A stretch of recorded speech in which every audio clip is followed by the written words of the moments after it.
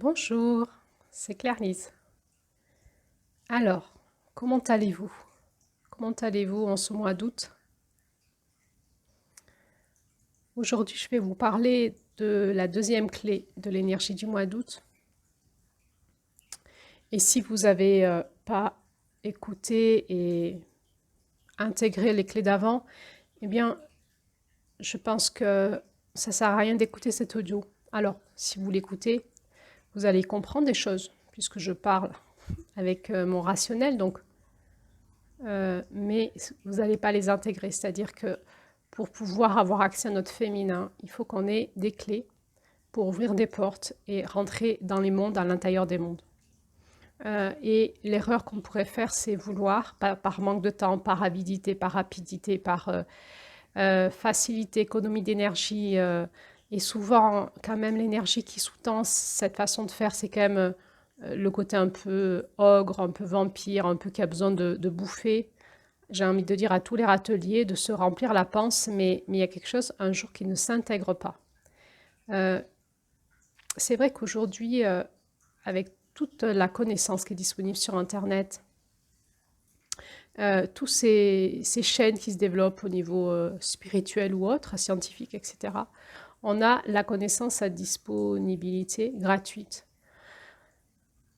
Et comme ça, on pourrait avoir ce besoin de savoir, de comprendre. Et à un moment, eh bien, il faut s'arrêter un moment, en fait. Il faut s'arrêter pour intégrer. Avoir la connaissance sans l'intégrer, ça ne sert à rien, en fait. C'est simplement croire qu'on a la connaissance, mais si on l'intègre pas, on l'a pas, en fait. Et intégrer, c'est vraiment dépasser ces couches de l'intellect pour vraiment rentrer dans les couches plus intérieures, énergétiques, corporelles, émotionnelles, psychologiques, de conscience et dans notre être spirituel. Et c'est des reconnexions à faire à l'intérieur de nous. Et pour ça, eh bien, il n'y a pas de mystère, il n'y a pas de grand secret, c'est le ralentissement et l'expérience et une forme de discipline pour aller se reconnecter à l'intérieur de soi et vivre ce qu'on a à vivre à l'intérieur de soi par l'expérience. Et l'expérience nous permet d'intégrer des choses dans notre être incarné. Et ça va passer entre autres par notre système nerveux. Et notre système nerveux, il a des façons de fonctionner qu'aujourd'hui on connaît très bien. Et on ne peut pas faire l'économie de ce qu'on est. Nous sommes un être humain et pour pouvoir intégrer nos connaissances, nous devons passer des étapes à l'intérieur de nous. Alors, c'est pour ça qu'en cet début d'audio, je me permets de vous demander comment allez-vous, parce que je sais que si vous avez écouté les audios précédents du mois d'août et que vous avez fait les exercices d'intégration à votre rythme, comme c'était bon pour vous, eh bien, il est possible que ça brassouille un petit peu. Ça brassouille un petit peu parce que cet effet siphon, il, euh, il crée ce tourbillon à l'intérieur de nous, dans notre cerveau, dans nos idées, dans nos émotions, euh, dans notre énergie, et ça fait du bien. Ça fait du bien parce que ça vidange, c'est une vidange.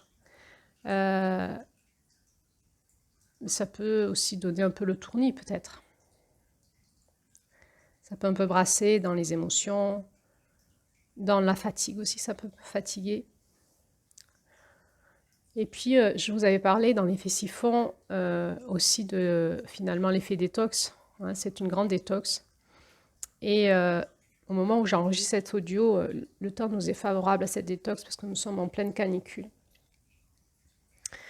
Avec un corps qui fatigue, qui n'a plus envie de manger, et on a besoin de beaucoup boire. Hein, et bien, si nous suivons aussi l'intelligence de la guérisseuse et que nous utilisons des plantes, des racines, voire des minéraux hein, pour nous, nous réhydrater, eh bien, il va y avoir cet effet détox et de renutrition à l'intérieur de nous. Donc, c'est un temps, le mois d'août, ce début de mois d'août, cette première quinzaine d'août, où souvent il fait encore très chaud. C'est un temps un peu béni, j'ai envie de dire, pour ce phénomène lié à l'eau, où il va y avoir, on peut amorcer ce mouvement de concentration par cet effet siphon à l'intérieur de nous, qui est l'effet en fait de la lumière noire qui revient qui se remet en action et qui va siphonner en nous dans un mouvement inversé de la lumière blanche, faire comme un effet siphon en nous. Et puis donc, par cette chaleur, par ce feu, nous pouvons beaucoup transpirer. C'est un peu un effet sauna, hein, un effet sauna hammam. Et puis ça nous appelle à aller dans l'eau, la piscine, mais la mer, la rivière, le lac. Toute cette médecine de l'eau va vraiment nous purifier notre aura, nos corps énergétiques par le fait de se baigner, hein. Et va aussi, toute cette eau qu'on boit, que ce soit aussi dans les fruits, les pastèques, les melons, tout ça, toute cette eau qu'on boit et qui est chargée de belles énergies de l'été, vient nous redynamiser à l'intérieur de nous et ça fait une véritable détox à l'intérieur de nos cellules. Celle-ci, elle n'est pas volontaire, elle est forcée par la nature. Et c'est vraiment la médecine de l'eau qui agit en nous en ce début d'août. Et c'est pour ça aussi qu'on peut parfois être fatigué parce que le fait d'avoir envie de beaucoup de se baigner et ça donne aussi envie de se reposer, de lâcher prise à toute cette tension qu'on peut avoir accumulée toute cette année qui se relâche d'un coup par le fait de se baigner souvent, va nous amener à se lâcher, va nous aider à se lâcher prise et nous préparer pour amorcer notre automne. Alors évidemment, c'est aussi un temps où on peut prendre des bains dans nos baignoires, des bains peut-être un peu froids, nos jacuzzis, enfin tout ce que vous avez, les petites piscines d'enfants, on peut aussi se les remplir pour nous les adultes, ça nous fait un peu de bien. Vraiment le fait de pouvoir bénéficier de la médecine de l'eau, et du feu et de l'eau, de la chaleur et de l'eau, va amorcer chez nous un processus de lâcher prise qui va nous aider pour la suite du chemin.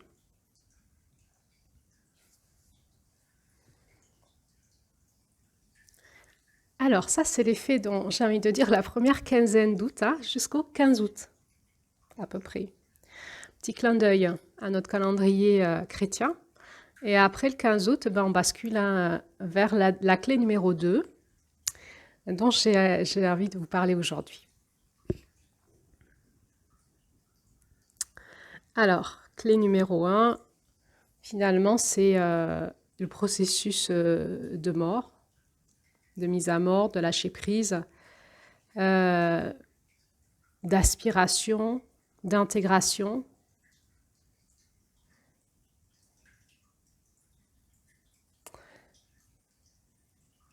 Et puis, donc, il y avait eu cette notion de se laisser aller à ce rythme. Si on bloque ce rythme, on peut plus être en vie parce que finalement, la médecine de la guérisseuse, c'est la médecine mort-vie.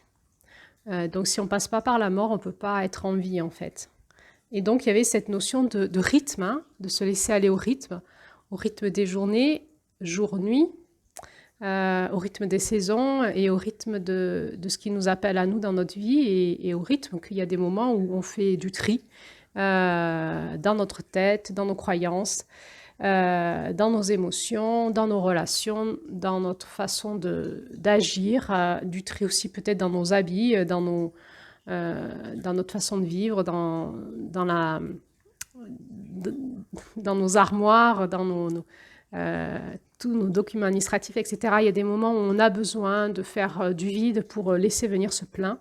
Et donc là, on est dans la médecine de la guérisseuse. Cette première partie de la médecine, c'est obligé. On est obligé de se laisser aller à ce rythme. Si on ne le fait pas, on va mettre à mort des choses en nous qui vont finalement mourir par asphyxie, en fait, par quelque chose qui est allé trop loin dans l'engrammage du masculin. Et le féminin ne peut pas prendre sa place. Et du coup, la vie ne peut pas ressurgir de tout ça. On avait vu dans cette clé numéro 1, qui est la clé de la mort, l'importance de se reconnecter à la terre pour être dans ce rythme. Et c'est notre corps biologique qui va nous insuffler le rythme. Parce que lui, il est connecté à à son horloge biologique interne et en suivant notre corps et donc en lâchant notre organisation mentale et en suivant le rythme de notre corps, eh bien, il y a une harmonisation qui va se faire entre notre corps, notre esprit et notre âme. Et il y a quelque chose qui va être pour nous beaucoup plus sain. Et notre corps étant connecté à la Terre, on va être relié à toute une intelligence planétaire et cosmique qui nous dépasse. Mais dans laquelle on va pouvoir se laisser embarquer joyeusement parce qu'on est déjà embarqué. On ne peut pas résister à ça. Nous sommes sur ce vaisseau qui s'appelle la planète Terre qui tourne dans le cosmos et qui a une reliance cosmique. Sauf que une fois qu'on en reprend conscience et qu'on se laisse aller à ce mouvement, eh bien, il y a quelque chose dans notre vie qui va se remettre en harmonie et on va arriver à la notion d'abondance dans notre vie, de facilité, de fluidité. La fluidité de l'eau, la facilité de l'eau, c'est vraiment la médecine de l'eau qu'on est en train de chercher, celle qui berce, celle qui contourne les obstacles, celle des fois qui les confronte, qui s'éclabousse dessus. Mais en fait, ce qu'on essaye d'apprendre là, c'est d'aller dans le flux et pas à contre-courant. Nous avions vu aussi dans cette clé numéro 1 la notion de tenir le paradoxe, entre lumière blanche et lumière noire, qui sont deux énergies opposées et qui vont nous amener dans nos paradoxes. Et bien, à fur et à mesure de tenir nos paradoxes et de les harmoniser, les fluidifier, ça va être de plus en plus facile parce que nous avons nos blessures à la lumière blanche, au masculin, nous avons nos blessures à la lumière noire, au féminin, et ce qui nous fait souffrir, et ce qui nous met en dualité et en résistance ou en sidération, ce sont nos blessures. Plus on accepte d'être paradoxal et dans le paradoxe, plus on va pouvoir voir comment on fonctionne, pacifier et guérir nos blessures et petit à petit, dans ce paradoxe, sans vouloir l'enlever en fait, parce que c'est impossible. En effet, de ces deux énergies, on sera toujours dans des énergies paradoxales en fait, sans vouloir les enlever, mais comprenant que l'opposition de ces forces n'est pas une dualité, n'est pas un combat, n'est pas un problème, mais au contraire, à l'intérieur de ce rapport de force est l'amour et la vie et l'unité. Eh bien, nous allons apprendre à tenir ce paradoxe et à s'équilibrer là-dedans. Donc, on avait vu que finalement, la mort nous a menés à accepter nos paradoxes et à lâcher prise dedans sans vouloir rien faire d'autre que vivre le paradoxe. À s'abandonner à ce paradoxe qui va créer cet effet siphon. Puisque le paradoxe, c'est quoi? Il y a un mouvement de la lumière blanche qui va dans le sens de l'expansion, et en outre, il y a le mouvement de la lumière noire qui commence à se mettre en route pour amorcer l'automne et l'hiver, et qui va être le mouvement de la rétraction. Et là-dedans, il va y avoir dans ce rapport des forces cet effet siphon, cet effet vortex qui va nous amener à intégrer tout ce que nous avons appris au printemps, à l'été, à l'intégrer en nous, dans notre terre intérieure, pour pouvoir le devenir au printemps prochain, concrètement. Voilà, donc ça c'était un résumé de la clé numéro 1 qui était la mort. Et puis il y avait eu ces méditations d'intégration où vous avez peut-être vécu des choses à l'intérieur de vous. Et entre autres, il y avait eu cette reconnexion de la fréquence bleue à la fréquence bleue dans notre fréquence rouge intérieure. La reconnexion en nous à nos rythmes intérieurs, biologiques. Et la reconnexion dans les fréquences bleues entre ciel et terre et en nous. Et finalement, cet effet siphon que l'on peut sentir en nous, il se fait aussi sur la Terre. Il se fait aussi dans le cosmos, quelque part. Et donc, si nous nous laissons aller dans cet effet siphon à l'intérieur de nous, mais aussi autour de nous, si nous nous laissons siphonner, si nous nous laissons aspirer, eh bien, nous allons peut-être rencontrer nos angoisses d'anéantissement. Nos angoisses d'anéantissement, et si nous savons les dépasser par l'expérience, nous apercevrons que derrière, c'est le cadeau. C'est le cadeau. Ce qui nous met en résistance, ce qui nous met en résistance, ce qui nous met en sidération, c'est la peur de traverser l'engloutissement, de traverser, de se laisser aspirer, de se laisser disparaître dans le trou noir, de se laisser siphonner, de se laisser engloutir. C'est notre angoisse d'anéantissement. Et nous avions vu que finalement, ce qui nous faisait peur dans le processus de mort, c'est de croire qu'après la mort, il n'y a plus rien. Mais en expérimentant qu'après la mort, c'est toujours la vie et que c'est la résurgence de la vie, et que ce mouvement est éternel et que rien ne se perd, tout se transforme, eh bien, petit à petit, nous allons être capables par l'expérience, de traverser nos angoisses d'anéantissement et de se laisser aller à ces forces d'anéantissement pour apprendre à renaître à nous-mêmes dans ce mouvement de vie. Alors, comment vous sentez-vous dans cette reconnexion entre cette lumière et cette couleur rouge en vous, cette couleur et cette lumière bleue? Il est possible que si vous avez fait les exercices d'intégration, il est possible que pendant quelques jours, c'est un petit peu brassé parce que la puissance de l'énergie du sang, associée à celle de l'énergie du bleu, de la guérisseuse, vient vraiment dynamiser des espaces en nous émotionnels qui peuvent nous faire aller dans un peu ce mouvement chaotique de celle qui aime toute chose, de la mer, des blessures émotionnelles, des blessures du cœur, de ce tourbillon dans la vague. Et donc peut-être que vous avez vécu cette vague émotionnelle à un moment qui a surgi pendant 2-3 jours. Et si vous l'avez vécu, c'est une bonne chose. Ça veut dire que ça fonctionne. N'hésitez pas à refaire ces exercices à votre rythme ce mois d'août, à votre rythme toujours. C'est important d'écouter votre rythme, de ne pas forcer, mais d'y aller en fait si ça vous appelle, avec une forme d'autorité du masculin qui dit on y va, on dépasse la peur, et avec une forme aussi de douceur du féminin qui dit à notre rythme, on ne force pas trop non plus. Pourquoi? Parce que ces exercices sont puissants. Mais c'est en les pratiquant à votre façon. Donc vous allez développer une intelligence. Vous allez voir que vous allez peut-être suivre les audios d'intégration au début comme je les propose, et puis qu'ensuite vous allez y retourner à votre façon. Ça va développer, vous allez développer votre propre intelligence, parce qu'en fait, les fréquences qui nous traversent dans ces audios viennent activer nos intelligences sources en nous, en lien avec ces fréquences.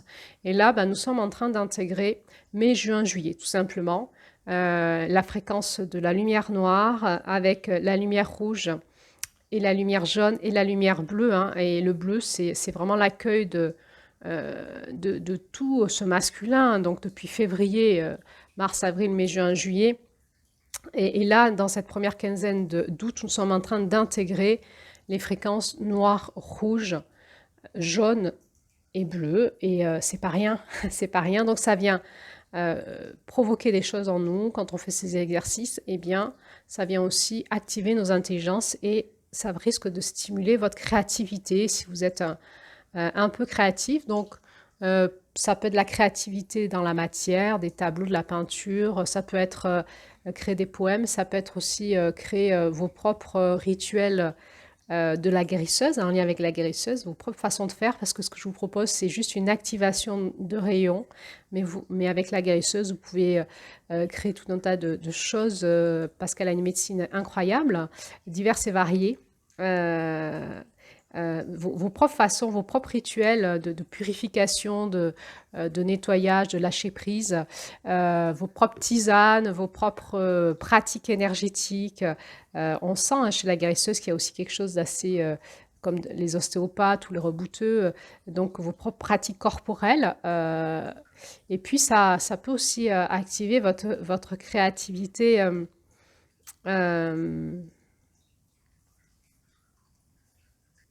En lien avec tout ce qui est la médecine de la femme. Et on verra ça les prochains jours. Et aussi en lien avec cette sexualité sacrée dans le ralentissement. Et en se reconnectant le feu à l'eau, qu'est-ce que ça fait dans la sexualité sacrée.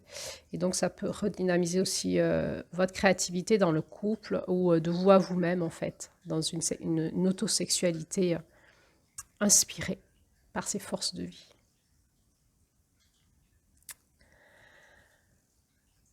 Alors, je vais arrêter là cet audio.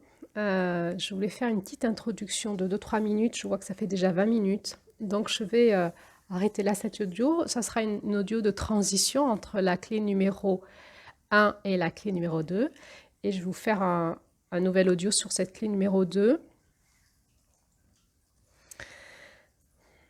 À la fin de cette audio d'introduction, j'ai juste envie vraiment de vous encourager à sauter dans le vide. Vous savez, la sensation, si on est au bord de la falaise, il faut sauter dans l'eau. On a peur, hein, si on fait du canyoning par exemple. Et on est face aux angoisses de la mort. Est-ce qu'on va mourir? Est-ce qu'on le fait ou on ne le fait pas? Et quelque part, c'est ce qui nous est proposé en ce début d'août, suivant aussi ce qu'on a intégré. C'est plus ou moins puissant. Mais il y a quand même ce saut dans le vide à faire et à se laisser récupérer par l'eau. Et on ne sait pas ce qu'il y a dessous.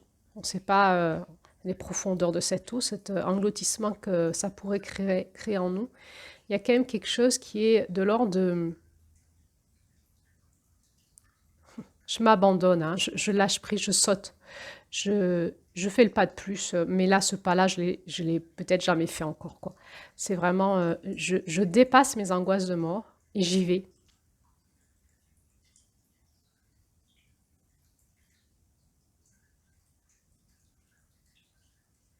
On sait, hein, si on s'imagine faire un kayak sur une rivière, on sait hein, il y aura des parties d'eau calme, il y aura des parties où le courant va être plus rapide. Il y aura des siphons, peut-être dans les rivières, il y aura toute la dynamique de l'eau, hein. Il y aura aussi des plages où on pourra se reposer, éventuellement on pourra sortir et porter le kayak et passer par la terre s'il y a des espaces trop tourbillonnants ou trop en cascade.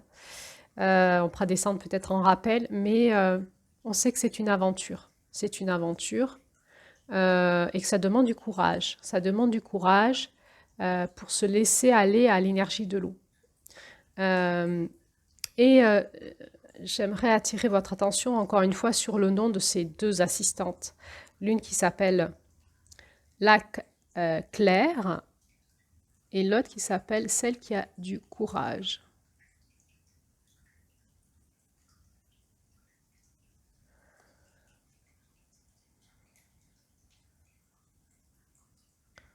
C'est peut-être des énergies à dynamiser en nous, cette notion de courage pour retrouver nos eaux calmes. Et peut-être il faut passer par les eaux tourbillonnantes avant de pouvoir retrouver le calme en nous, en fait, ces eaux calmes en nous.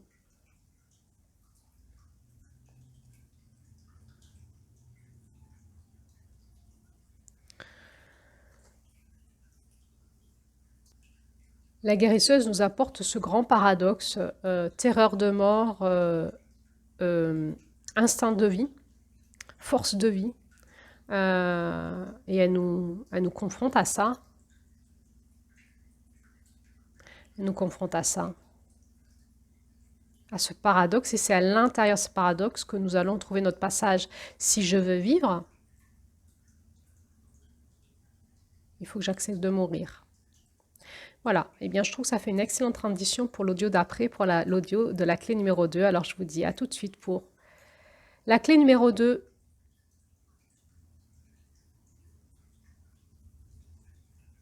À tout de suite ou à demain. Je pense que je la publierai demain. En tout cas, à bientôt pour la suite.